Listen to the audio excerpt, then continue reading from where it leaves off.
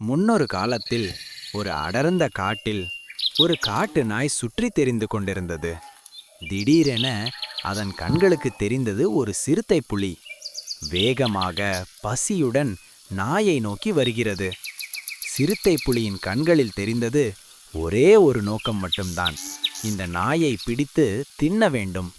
ஆனால் காட்டு நாய்க்கோ பயம். எப்படி தப்பிப்பது? ஓடினால் சிறுத்தையின் வேகத்துக்கு ஈடு கொடுக்க முடியாது. என்ன செய்வது? திடீரென நாயின் புத்தி பளிச்சிட்டது. அருகில் சில எலும்புகள் கிடப்பதை பார்த்தது. உடனே சிறுத்தை புலியை பார்க்காமல் முதுகை காட்டி உட்கார்ந்து அந்த எலும்புகளை மெல்ல ஆரம்பித்தது. சிறுத்தை அருகில் வந்து பாயத் தயாரான நொடியில் நாய் உரத்த திருப்தியான குரலில், ஆஹா, இப்போது நான் தின்று முடித்த இந்த சிறுத்தை புலி ரொம்ப சுவையா இருந்துச்சு. அக்கம் பக்கத்துல இன்னொரு சிறுத்தை புலி கிடைக்குமா? தேடி பார்க்கணும். சிறுத்தை புலி ஸ்தம்பித்து நின்றது. இந்த நாய் சிறுத்தை புலிகளையே கொன்று தின்னுமா? அடடா, இவ்வளவு பலசாலியா? பயந்து ஓசையில்லாமல் பின்னால் திரும்பி புதருக்குள் மறைந்து ஓடிவிட்டது.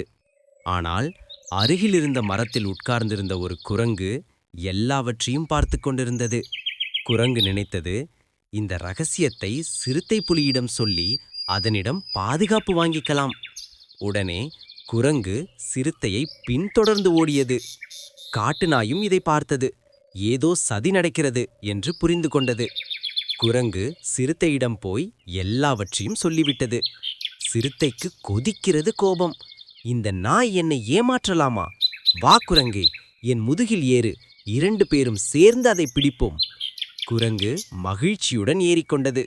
இரண்டும் நாயை நோக்கி வந்தன. நாய் அவற்றை பார்த்தது. ஆனால் பயந்து ஓடவில்லை.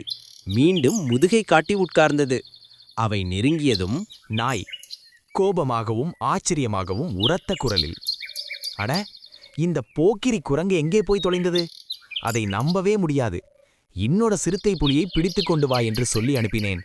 அரை மணி நேரத்துக்கு மேல ஆகிடுச்சு, இன்னும் வரலையே. சிறுத்தை புலி இதை கேட்டதும் கோபம் முழுவதும் குரங்கு மீது திரும்பியது. உடனே குரங்கை கடித்து குதறி கொன்று தின்றுவிட்டது. நீதி: வாழ்க்கையில் எத்தனை பிரச்சனைகள் வந்தாலும், எத்தனை ஆபத்துக்கள் வந்தாலும் அவற்றை நேருக்கு நேர் சந்தியுங்கள். புத்திசாலித்தனமாக எதிர்கொள்ளுங்கள். நிச்சயம் வெல்லலாம். ஓகே குட்டி நண்பர்களே, அடுத்த கதையில் சந்திப்போம்.